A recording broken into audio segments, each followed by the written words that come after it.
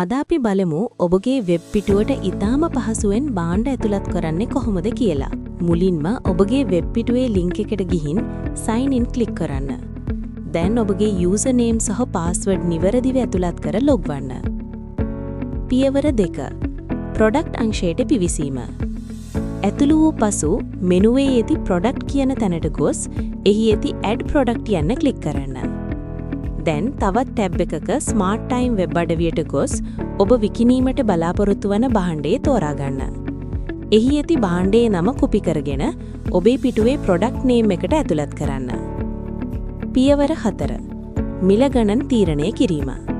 බයින් price සඳහා smart time වල ඇති ස්මාර්ට් ප්‍රයිස් එක සහ සෙලින් ප්‍රයිස් එකට ස්මාර්ට් ටයිම් හි ඇති සෙලින් ප්‍රයිස් එක දාන්න. ඔබ විකුණන්න බලාපොරොත්තු වන්නේ ඔබගේම භාණ්ඩයක් නම් ඔබගේ නිෂ්පාදන වියදම සහ ඔබට විකිණීමට අවශ්‍ය මිල ගණන් මෙහි ඇතුළත් කරගත හැක. භාණ්ඩයේ මිල රුපියල් 1500ක් නම් ඔබට රුපියල් 1500ක ලාභයක් තබාගෙන රුපියල් 3000ක් ලෙස සෙලින් ප්‍රයිස් එක සඳහන් කළ හැකියි. ඔබට අවශ්‍ය ඕනෑම ලාභයක් මෙහිදී තීරණය කළ හැකියි. පියවර 5. ඔබ පාරිභෝගිකයාට වට්ටමක් ලබා දෙනවා නම් එම මුදල ඩිස්කවුන්ට් යටතේ සඳහන් කරන්න. ඊළඟට QTY හෙවත් භාණ්ඩේ ප්‍රමාණය. ස්මාර්ට් ටයිම් අඩවියේ භාණ්ඩේ තෝරාගත් විට කොළ පැහැයින් දිස්වන තොග ප්‍රමාණය ස්ටොක් මෙහි නිවැරදිව ඇතුළත් කරන්න.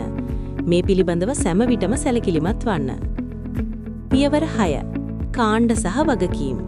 සබ් කැටගරි යටතේ ඔබේ භාණ්ඩයේ අයත් වන නිවැරදි කාණ්ඩය තෝරන්න.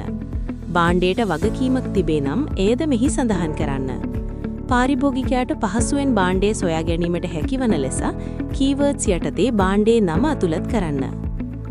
අවසානයේ අදාළ භාණ්ඩයේ පින්තූර ඩවුන්ලෝඩ් කරගෙන choose file හරහා ඒවා ඔබේ පිටුවට එකතු කරන්න. දැන් ඔබ ඇතුළත් කළ භාණ්ඩය සාර්ථකව ඔබේ වෙබ් පිටුවේ දිස්වනු ඇත.